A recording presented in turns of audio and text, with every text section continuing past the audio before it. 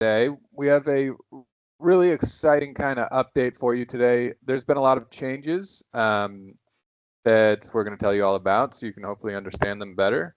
As always, my name is Nick DeSantis. I do business development over here at Condo Analytics. If you guys need help with condos or if you have questions, you can reach out to us at info@condoanalytics.com. We are a wholly owned subsidiary of the Commonwealth Group that does stuff like contract underwriting, processing, quality control, and consulting. If you guys need any help in those areas, you can reach out to us and we'll send you over to them as well. So where to begin? There's a lot going on. Obviously, FHFA just released a massive lender letter that is going to change the way people finance condominiums, whether they know it or not. Part of what we do here is pay attention to all this stuff so you guys don't have to, or you can send orders to us and we'll review the condo projects for you. You don't need to pay as close attention. But if you're doing this in-house, I think this will be a very helpful webinar program that we have today. So let's get into it. This is how we started the year, January 1st, from the Wall Street Journal. The condo market hasn't been this bad in over a decade. Condo prices this fall posted their biggest decline since 2012. So not a great start to the year. The condo market is a little sad, and prices have gone down, especially in some certain markets that I'll show you here in a second. And we're going to split this webinar in half. First half just being a general update on what's happening. And for those of you that have been on my previous webinars, the good folks at Mortgage Bankers of Florida, you're going to recognize some of this, so you can go do what you got to do until Dalton starts his side of the fence. But condo prices have gone down in general across the country.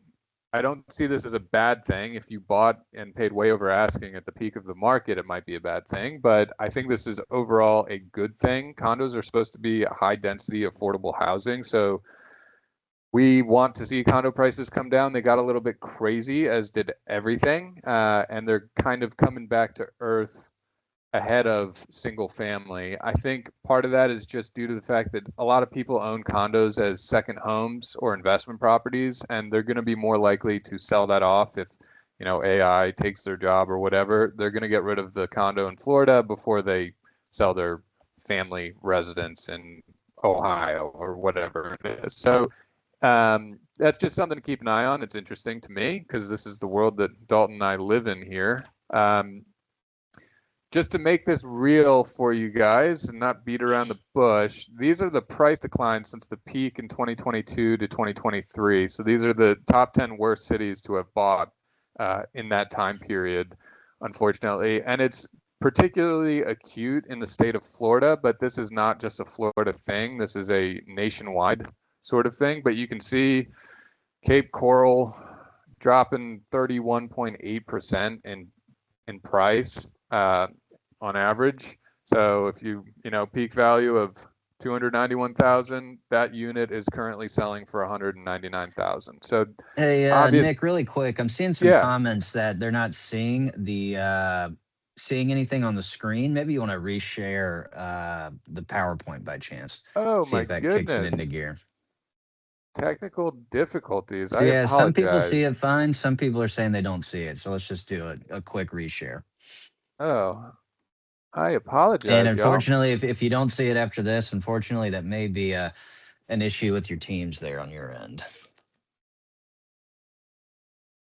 Okay, well, some people can see it, some people Yeah, that's what I was saying. It might just be but anyways, hopefully everyone can see it at this point. If you can't, we are recording this and we are putting this up on YouTube. Anyone that registered for this, we'll send you a link to the YouTube so you can reference it in the future if you want to come back to it. Also, I'm happy to send you the slideshow if you would like that. Just reach out to info@Condo Analytics. I don't mind if you use this for your internal team or whatever. But Dalton, how about that? Can you see that now? Yeah, I can see it just fine. I just wanted to make sure everyone else could if there were a few stragglers out there. Thank you. I apologize for that, y'all. Hopefully y'all can see now. Anyway, as I was saying, this is not isolated to the state of Florida, but it is particularly acute there. A lot of that has to do with the House Bill 913. You guys can reference our previous videos on our YouTube channel if you don't know what's going on down there. We have a ton of clients. I live in Little Rock, Arkansas. We have people down the street from me that lend down in Florida, and they're not really paying attention to the state level legislation that impacts condominiums. But I do think that has quite a bit to do with it. But there's other reasons that we'll get into as well. But just look at these numbers. I mean, 30% decline in price just blows my mind. It's something to be aware of. I think that this is overall a good thing, and it's going to create opportunities for young people to buy in at a fair price in the future. So I think you're going to see condo business start ticking up. We certainly have. We posted our best month in, I don't know, 3 or 4 years last month. So I think that this business is going to start to pick up in the condo space now that prices have come back to earth, is my point here. So yeah, this is Cape Coral. I mean, just absolutely insane for prices on condos to drop over 30%. I mean, ugh. So we're basically back to where we were at before the pandemic. So it's just something that I find kind of interesting. I thought y'all might appreciate. And then to make this even more real, I just want to show you guys what we're working with and what we prevent against over at Condo Analytics. This is a unit that sold for $75,000, 2-bed, 2-bath. This is down in St. Pete, and 75 grand. I mean, you could get a condo on the beach. This is right on the water, rooftop pool. You know, that's less than a new Toyota Land Cruiser. You could get a 2-unit or 2-bedroom, 2-bath, 1,700 square feet. Sounds pretty nice, right? No, not nice. So this same unit was valued on Zillow at over $1 million in 2022. It just sold for $75,000. So 85%, I mean, if you own that unit, you're taking a pretty big haircut there. And just if you're curious, the price history, that unit was originally listed back in 23 at $750K. They dropped the price, and eventually accepted a $75,000 offer. On the right side here, this is a different unit in the same building. So I looked into this. This particular building has a $2,000 a month HOA. So that's obviously a pretty penny going to the HOA, separate from your mortgage payment. And they also had a $320,000 special assessment. The second sale for 225 here was after a 1/3 partial payment of that special assessment, so that's reflected in the price. But this kind of thing is real. So you might be scrolling Zillow and you see something and you're like, wow, I'd really love to have a place down on whatever, Rosemary Beach, that we could go to in the winter. It gets so hot here. You got to do your due diligence. And even if you're paying cash, you should still be hiring a company like ours to make sure that you're not the guy stuck with the $326K bill because you thought you were getting a great deal. You need to do your due diligence. And the thing about condos is, like, even if you pay cash for one, it's not necessarily a fixed cost. So you can't really count on your costs staying the same. Your HOA dues are probably not going to go down. They might, but that's probably never going to happen. They're just going to keep going up. Insurance keeps going up. Costs of things go up. So you have to pay attention to that, even if you're buying cash. And then you can get hit with a special assessment anytime. I mean, Dalton, we see these every single day. Not every special assessment's bad, and some of them are tolerable, but how would you feel if you got a $326,000 demand in the mail and you can't finance that either? So, like, nobody's going to lend on that. So anyway, and something worth to be aware noting of. real quick, Nick, just to jump in, this is, you know, obviously a very extreme example of a price drop, but worth noting, not even close to the most extreme example of a special assessment that we've seen. So it's most, you know, we've seen special assessments $20+ million in the projects. And so it's just something to think about, you know, when you are seeing projects and you're kind of on the edge of, well, is this special assessment okay, or this or that? You know, it's worth noting, you know, how something like that could affect the project, even if it's not tied to a critical repair or something.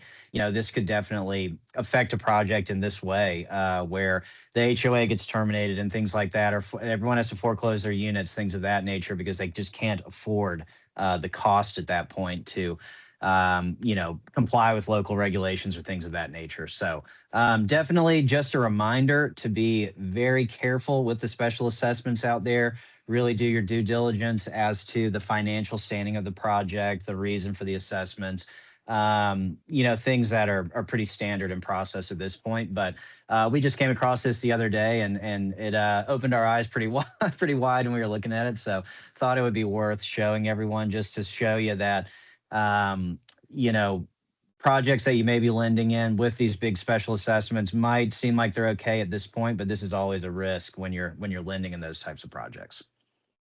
Thank you for that, Dalton.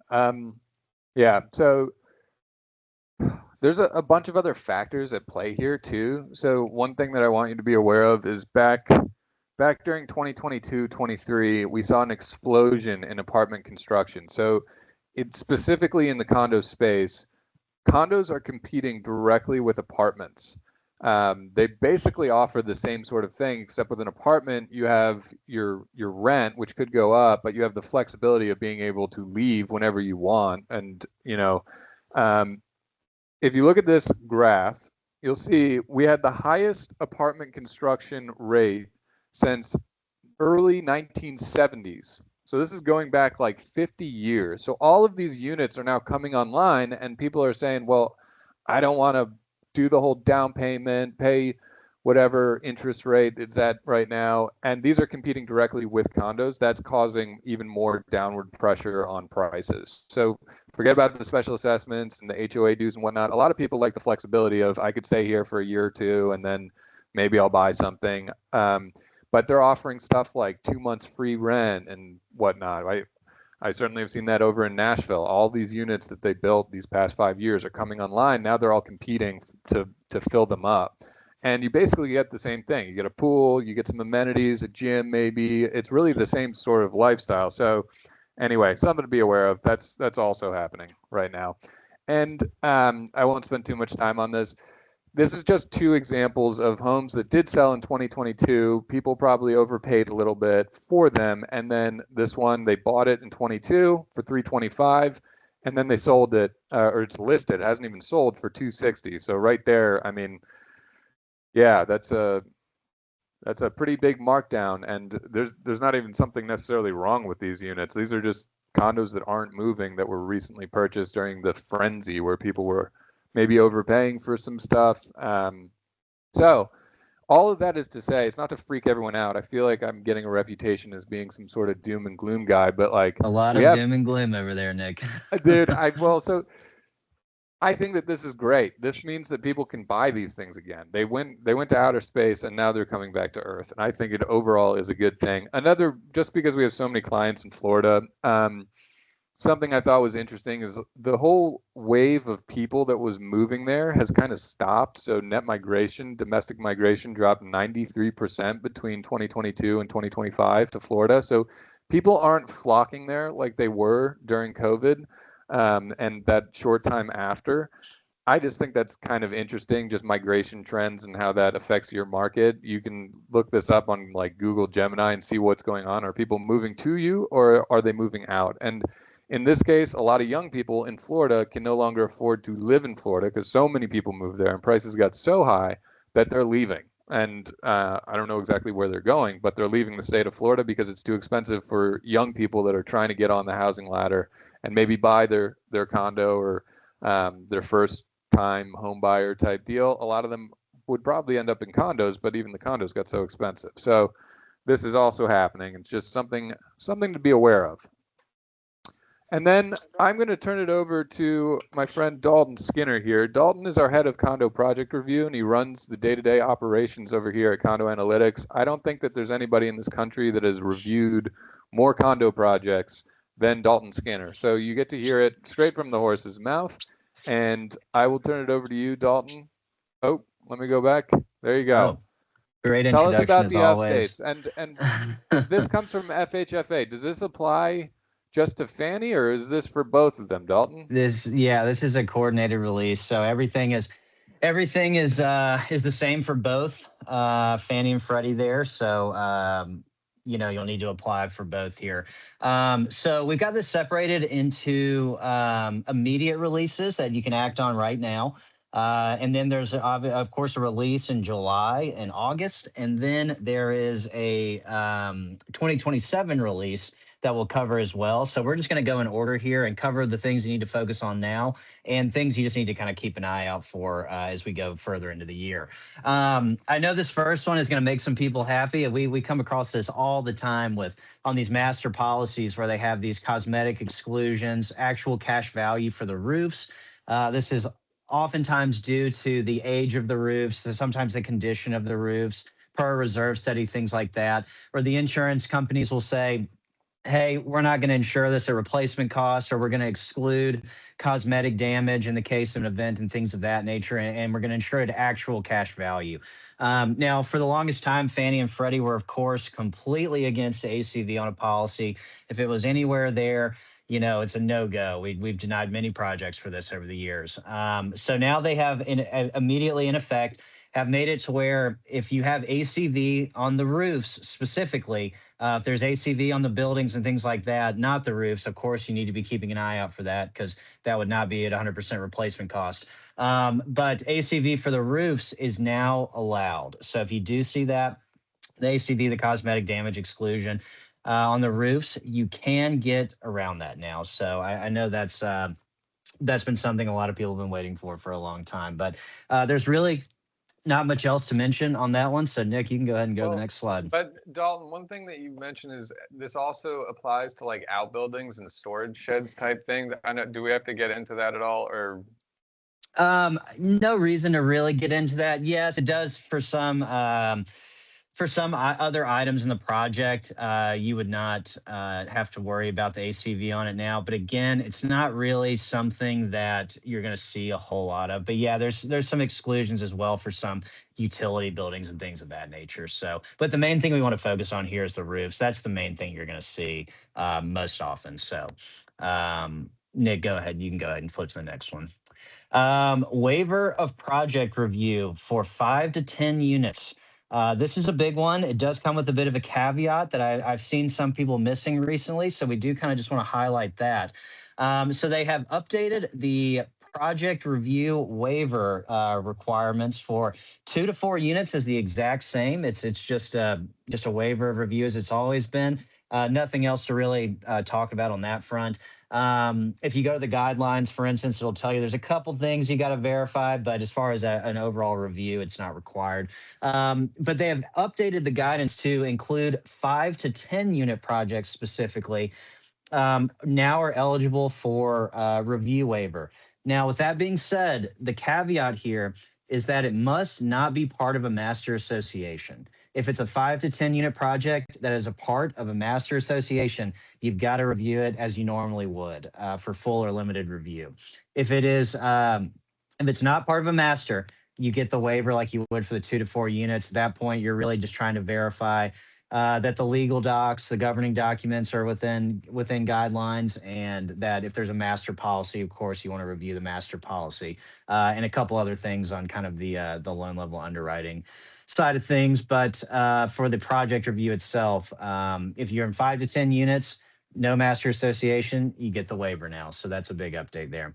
I would just request, I just saw the question, how would you verify it's not part of a master association? That's as simple as just requesting, just sending that question to the HOA or whoever the contact is for that project, and just verify. The legal docs also should tell you if it's part of a master association as well. So a couple different ways. Should be pretty simple overall to verify that piece of info, though, as long as you have a contact at the HOA, of course. So Nick, feel free to go to the next one. Investor concentration limits. Yes, this is a big one as well. 50% for the longest time for full review investment transactions. You had to verify 50% or greater owner occupancy, primary, second home residences. At this point now, they have removed this requirement. That's going to be big in places such as Florida specifically, since we're obviously talking about Florida so much. That's big for that area. So with that being said, though, so now that that concentration limit is removed, worth noting it still applies for new projects. So when you're doing a new project, you still have to verify 50% owner occupancy. But for projects where you're doing these investment transactions, so just to answer this question really quick, so Fannie Freddie define what is considered a new project. You need to make sure that transfer of control from the developer to the HOA, from transfer of control of the HOA to the unit owners has taken place. That you have sufficient occupancy. There's if you look in the guidelines, there's a whole section that'll tell you exactly what you have to meet to be considered established or be considered new, rather. So definitely check that just to make sure. But yes, so 50% investment concentration limit has been taken away. Now, with that being said, if you are doing investment transactions in projects with greater than 50% investment concentration, you need to take a really close look at it and make sure that it's not transient in nature or a condotel or things of that nature too. So while you may have more opportunity to lend in some of these projects without a review type restriction, you do want to make sure that it's not not meeting some of those transient in nature things like that with a high concentration of investment units and things like that. So just kind of an additional note there. Go ahead. Can I ask you a question? So sure. Let's say something's not a condotel. What are you looking for to determine whether or not something is transient in nature? What's your kind of roadmap? And you don't have to give away the keys to the kingdom, but like, what are your main things that you're looking for to verify that it's not transient in nature? Because I know that comes up with time. That's going to be really difficult to explain without getting really into the weeds. Okay. There's a bunch of different ways that you could, Fannie is very, very strict on it. Freddie's a little more lenient and allows a bit of explanation to override kind of that determination, while Fannie has a very specific list of items where they could be flagged. Big thing you're looking for, my kind of rule of thumb is if the project is over 75% second home or investment, I'm always going to dig a little deeper, Google the project name, Google rentals, see if it has hotel ratings, things of that nature. And then just ask the questions to the HOA, say, is this largely a rental property? Of these short-term rentals? That's a big thing, less than 30-day rentals.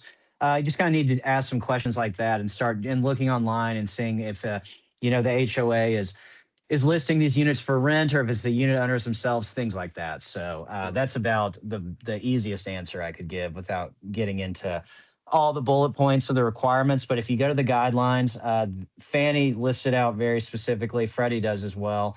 And kind of gives you some something to shoot at there. So perfect. Feel free to go to the next one, Nick. PERS.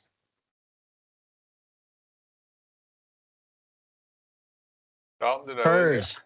No, I'm here. I'm sorry about that. PERS, yes. So for a while now, we've had any new projects in Florida were required to be PERS reviewed. So that's a big change now that you can now review new projects in Florida, which I know we see plenty of them. We've had to turn a lot away over the years for the not wanting to go PERS and then you pay all that money and things like that. So that is pretty simply stated. Yeah, you can do new projects. Obviously, you need to be meeting the 50% owner occupancy and all the other new project requirements, but it'll save you about $2,500 to Fannie Mae to not have to do the PERS. So that's definitely a nice update to see. But you can go ahead and go to the next one, Nick.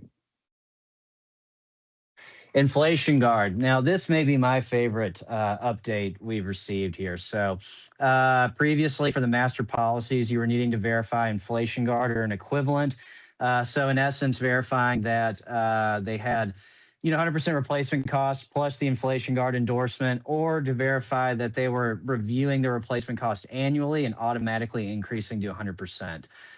Simply put, that has been removed now. We are now just needing to verify, along with the other requirements, of course, but you're just wanting to verify 100% replacement cost at this point, and there's no need to verify that additional endorsement. So That is one that we ran into quite a bit, and it was quite a bit of battling with the insurance agents a lot of the time to verify that coverage or the equivalent was met, as a lot of regions don't offer inflation guard, haven't for a long time, and things of that nature. So this should be one of those updates that makes the process quite a bit more streamlined as far as insurance review goes. But you can go ahead and go to the next one, Nick. Replacement cost documentation. This hasn't really changed. We certainly have been handling it this way since the previous release. But when you're verifying replacement costs, 100% replacement costs on these master policies, these are the only ways you can do it. You either have guaranteed replacement cost, extended replacement cost. They provide you an RCE showing that, hey, we've insured at this amount, or the agent needs to verify that it's at 100%, based on their valuation that they should be doing yearly, or in Florida, it's every 3 years they're required to do it. So if you don't have one of these bullet points, simply put, if you don't have one of these bullet points, you are not verifying 100% replacement cost. Now, with that being said as well, one thing we didn't note here, if the policy just states 100% replacement cost, even better. we do get, I think, as agents or insurance companies are kind of adjusting to the guidelines here, we are seeing an increased amount of policies just stating 100% replacement cost. But if seeing just replacement costs on a policy is not verification of 100% replacement cost, we have people coming to us for help all the time on that, getting transit loans sent back to them saying, hey, did you verify 100% replacement cost? We don't have this verification. And they say, well, it says replacement cost. And unfortunately, that is not a verification of 100%. So you've got to get, one of these follow-up items just to have the agent confirm or something of that nature here based on the bullet points provided. So make sure you are doing that.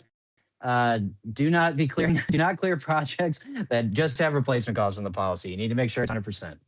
So like I said, that hasn't really changed. Those were already the bullet points in place. I think they're just kind of reestablishing what they're looking for here. So Nick, you can go ahead and go to the next one. And the beautiful thing about that, Dalton, is you can do that over email and save the email and just drag it into your file. If you get the insurance agent to make the comment, you don't need to get some special type of document for that. It can be confirmed via an email that you print a PDF. Absolutely. In places like Florida, for instance, they're not required by law. They're not required to provide you the RCE. So that's a specific area where it's great to have these options to be able to say, can you just verify that you have, this is 100% per, an RCE or an appraisal you pulled, and they'll, come back and say yes, or they'll say no. That's a big thing. We see it all the time on policies where it says replacement costs, and you go and say, hey, is this 100% replacement cost? Can you confirm this? Did you pull an appraisal? And they go, oh, this is based on an appraisal from 5 years ago. And you're like, okay, well, obviously not 100% replacement cost at that point. So that's why you're wanting to have that verification or have that supporting comment in the file when you clear it. So, but that's about all I've got on that one, Nick. So you're welcome to flip to the next one. All righty, this is a big one, and it's not one that I like to see either. I've got a lot of full reviews coming down the pipeline here for me later in the year. But yes, limited reviews will no longer be allowed starting in August, so it will be full review only. With that being said, we kind of say this all the time.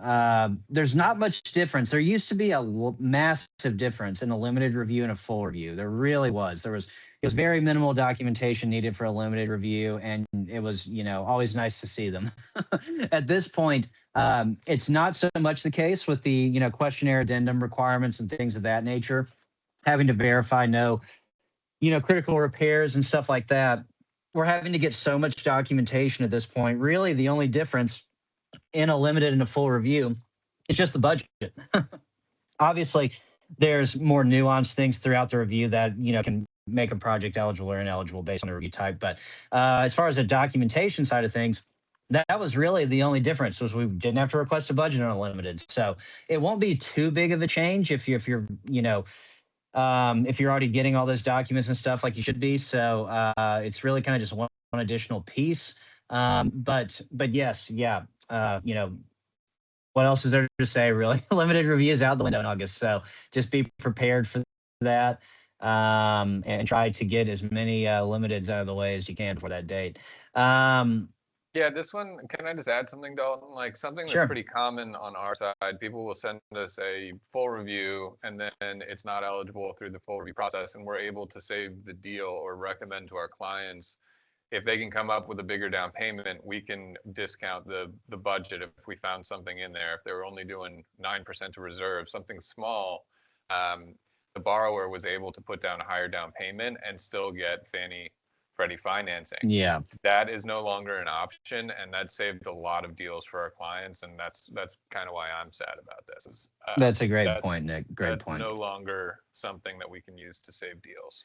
So yes, I see some people commenting about, yeah, like I said, there are obviously certain things you have to get in addition, but I was just saying the main thing, the big difference, because you're going to have those insurance policies anyways showing your fidelity and stuff like that. So as far as an eligibility standpoint, yes, there's a difference. Just from a documentation standpoint, we were having to get so much documentation anyways for a limited review. It wasn't that far off from a full review, because in previously years ago, you had to get such minimal documentation for a limited review. So that's what I was alluding to. Obviously, there's many different eligibility differences within the information you receive for a limited or full. So just to clarify that. You can go ahead and go to the next one, Nick. This is an interesting one. So per unit deductibles for per occurrence or per building deductibles, nothing is changing. 5% deductible is the cap, and that is that on those. Now for the per unit, per occurrence deductibles, and this, you can take advantage of this right now if you want to. Starting in July, the 5% requirement will be retired for per unit deductibles. At that point, starting in July, it is $50K max for per unit deductibles. If it's over $50K, that's no good. As of right now, you can either have 5% or less or 50K or less. So if you have a 50K deductible that's over 5% currently, you can still clear it based on this 50K requirement at this point. But starting in July, that 5% is out the window. So if you have a per unit deductible that's over 50K, that's going to be your hard stop there going forward. And there's still, I'm not sure if they'll be updating this piece of the guidance as well. They have not stated so at this point. But previously, for per unit per occurrence deductibles, if it's geographically specific, they do allow the borrower to supplement that. So I'm assuming that's likely going to remain the same. It'd be great if it wasn't geographically specific, but like an ice damming peril, for instance, if it was over 5%, they would allow you to have the borrower supplement that offset that deductible amount there. So we'll have to keep an eye out and see if anything like that changes. But I guess as of right now, if you had a deductible that was geographically specific, such as ice damming, that was over 50K, they would allow the borrower to supplement to provide individual coverage offsetting that. So, but yeah, that's a big one to keep an eye out for. And something we did clarify was that 5% is being retired. So it's not, you're not having to verify both at that point. It's just that 50K. So I'm sure there's going to be some questions about that one, but it'll be, I think that's, I don't know if that one's necessarily better or worse as far as that change, but I think in a lot of cases, it probably will turn out to be a little better, because I know there's many times where we have over 5% deductibles that are less than 50K. We've had quite a few reviews recently. We've been able to go back and clear based on this. So I think overall it'll probably be a positive change. But Nick, you're welcome to flip to the next one. Now, this one is going to be tough. Yeah, this is a tough one. Yeah. So starting, as it says here, January 4th of next year, as of right now, you're for full reviews, you're having to verify that the HOA is allocating at least 10% of the annual dues to reserves. Starting next year, that is going up to 15%. So they're really cracking down on wanting to see this reserves allocation to make sure they're meeting the funding requirements of these reserve studies and things like that. Certainly in Florida, for instance, I know we always come back to Florida, but it's kind of like a different country down there sometimes, I feel. Florida, for instance, these projects, 3+ stories are having to get, are having to get these SIRSs and all that stuff completed. And there's supposed to be funding for that amount anyways. So it probably won't affect those projects as much because they're already funding. It's at a pretty high amount anyways, per the reserve studies. But certainly the rest of the country that isn't already on track to fully fund these reserves, they're going to have to definitely likely increase dues and things of that nature. So something to definitely be aware of. If you have any projects that you work with really frequently, maybe worth noting to them, hey, you guys need to be prepared for this. Otherwise, we won't be able to lend in your projects. Again, it's full reviews only. So this will be applicable to every single project. Yeah, it's a double whammy there. Yeah, double whammy there. So, and worth noting, I see a lot of questions coming through. We're going to try not to answer too many on the call just because we get kind of always end up going down the road of pretty scenario specific stuff. So if you have any questions, save those for later. We'll have an email address at the end of the slideshow here that you can email those to, and we'll answer them. Again, try not to be scenario specific. We're kind of just going to be answering general requirement questions per the slideshow here. We're not going to be answering too many specific, scenario specific items, just as a note. So go ahead, Nick. Sorry, I cut you off there. Yeah, I just want to say one thing that I'm concerned about as this approaches in January of 2027. Now that we, like you mentioned, everything's a full review, we have to be looking for 15% in January going to reserves. Like, who's going to tell all these HOAs that they need to do that? That's a good point. Yeah, good point. Like Fannie's not going to send this to the HOAs. And so I foresee January of next year being a brutal month for us of people just doing their budget like normal. Maybe they were currently approved with Fannie Mae and just not getting the memo from Fannie that it has to be 15% because these HOAs don't pay attention to Fannie Mae bulletins, but they need to be, but they don't, so I feel like that's going to be a rough month for us next year, but yeah, we'll deal with that when we get to it. Would certainly advise, like I said, if you have any HOAs in your area you work with a lot, let all your realtors know this so they can kind of be pushing that matter, to some of these projects, things like that.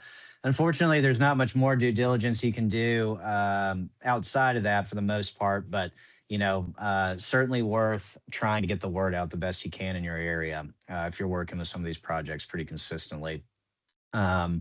But Nick, that's about all I've got for that one. You're welcome to go to the next one. Oh yeah, okay. So Nick, I'll let you go ahead and. All right, well, just because we've had a lot of people ask about this and a lot of people struggle with CPM, if you guys want private sort of consulting where Dalton just shows you how to use CPM and get all your processors on there so that you're using it correctly and make them feel comfortable with it. Even though this has been live for quite a while, we still see quite a bit of people struggling with CPM. If you'd like, you can hire Dalton. He'll show your whole team how to do it. They can ask all the questions that they want, and you can kind of get that taken care of. We've had quite a few requests for that. So anyway, I just wanted to announce that to everybody. If that would be of value to you, just reach out to us and we'll set something up. There would be a fee, obviously, but we'll set something up.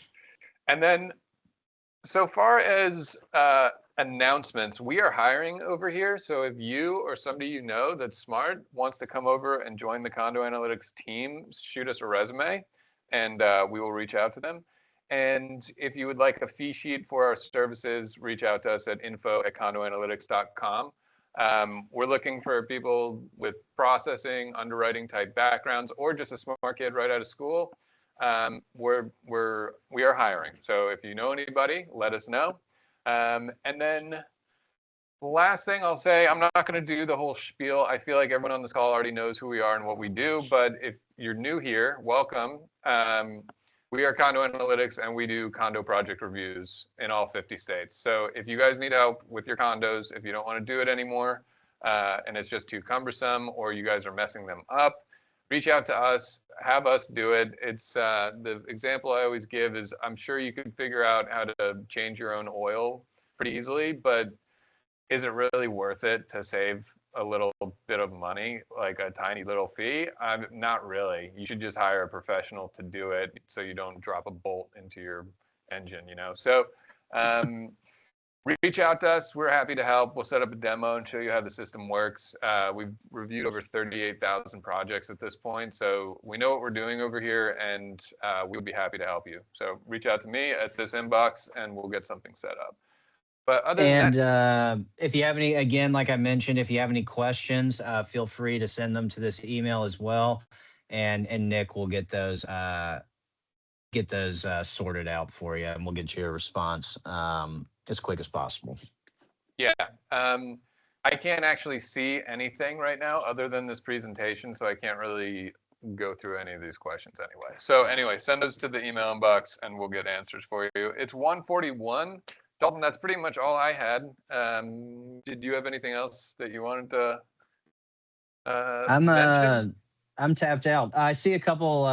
Saw a couple questions come through about the new requirements. If you just Google the Fannie Mae March 2026, selling guide update, you should have the letter right there. It outlines everything we just went through. Everything we went through was pulled directly from the bullet points on that letter. So just pull that up, and all that info will be there for you. And it'll show, what's in effect immediately and what's coming down the road, like we showed in the PowerPoint here. But simple Google of Fannie Mae 2026 selling guide update should pull that up for you. Beautiful. That's it for me. Dalton, thank you for joining me on this fantastic call. It's 1:41. We're going to give you some time back. Thank you, everybody, for joining us. We love that you guys came, and we appreciate your time. I hope you learned something. Again, reach out to us, info@condoanalytics.com, if we can help you. And with that being said, I'm going to wrap this whole call up. Y'all have a wonderful rest of your week. I hope everyone had a great Easter and Passover weekend. Thank you for joining us. We'll see you next time.